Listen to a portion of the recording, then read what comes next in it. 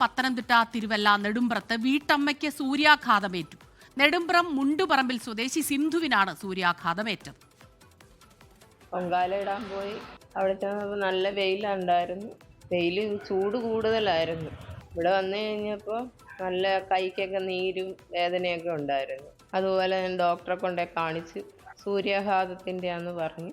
അത് കഴിഞ്ഞപ്പോഴാണ് ദൈവം നല്ലപോലെ കാണുന്നത്. കൈ വെളിയിലോട്ട് പൊള്ളി.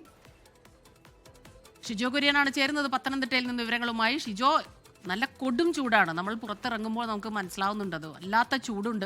ചിലയിടങ്ങളിലൊക്കെ ചെറിയ മഴയുണ്ടെങ്കിലും ഈ ചൂടിൻ്റെ കാഠിന്യം കൂടുതലാണ്. ഈ വീട്ടമ്മയ്ക്ക് സംഭവിച്ചത് അതുതന്നെയാണ് എന്നാണ് മനസ്സിലാക്കുന്നത്.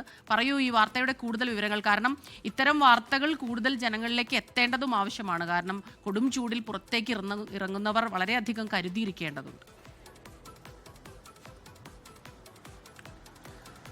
സ്മിത സൂചിപ്പിച്ചതുപോലെ തന്നെ സംസ്ഥാനത്ത് പകൽ സമയങ്ങളിൽ മുമ്പെങ്ങുമില്ലാത്ത വിധം ഉയർന്ന താപനിലയാണ് രേഖപ്പെടുത്തുന്നത്. പ്രത്യേകിച്ച് ഈ പത്തനംതിട്ട ജില്ലയുടെ മലയോര മേഖലകളിലൊക്കെ പകൽ സമയങ്ങളിൽ അതിഭീകരമായിട്ടുള്ള ചൂടാണ്. ഒരു തരത്തിലും പുറത്തേക്ക് ഇറങ്ങാൻ കഴിയാത്ത ഒരു സാഹചര്യമുണ്ട്. ഇപ്പോഴൊക്കെ പുറത്തേക്ക് ഇറങ്ങുമ്പോൾ നമ്മളേതാണ്ട് ഈ തീക്കകത്തേക്ക് ഇറങ്ങുന്ന ഒരു അനുഭവമാണ് തോന്നുന്നത്. എന്തായാലും ഇക്കഴിഞ്ഞ ദിവസമാണ് തിരുവല്ല നെടുമ്പ്രം സ്വദേശിയായിട്ടുള്ള 54 വയസ്സുകാരി സിന്ധുവിന് സൂര്യാഘാതമേറ്റത്. പുത്തൻകാവ് ദേവീക്ഷേത്രത്തിൽ പൊങ്കാല ഇടുന്നതിനിടെ സിന്ധുവിൻ്റെ കൈകൾക്ക് ഒരു പുകച്ചിൽ അനുഭവപ്പെടുകയും പിന്നീട് വീട്ടിലേക്ക് വന്നതിന് ശേഷം ഈ കൈയിൽ ഈ 2 കൈയിലും മുട്ടിന് താഴെയായിട്ട് കുമിളുകൾ രൂപപ്പെടുകയാണ് ചെയ്തത്. ഉടൻ തന്നെ ഡോക്ടറെ കണ്ട് വൈദ്യസഹായം തേടി. ഡോക്ടറെ കണ്ടപ്പോഴാണ് ഇത് സൂര്യാഘാതമേറ്റ് സംഭവിച്ചതാണ് എന്ന് തിരിച്ചറിഞ്ഞത്. അങ്ങനെ ഒരാഴ്ച വിശ്രമം വേണം എന്നുള്ള കാര്യമാണ് ഡോക്ടർ നിർദ്ദേശിച്ചിരിക്കുന്നത്.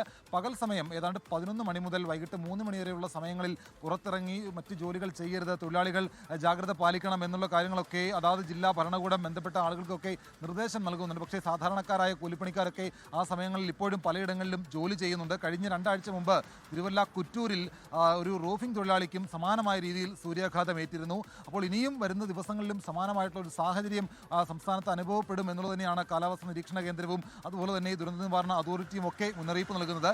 സ്വയം ജാഗ്രത പാലിക്കുക, പരമാവധി ചൂടിൽ നിന്ന് മാറി നിൽക്കാൻ കഴിയുന്ന രീതിയിലുള്ള കാര്യങ്ങൾ അവനവൻ സ്വയം ചെയ്യുക എന്നുള്ള കാര്യങ്ങൾ കൂടി ഉണ്ട്. സ്മിത,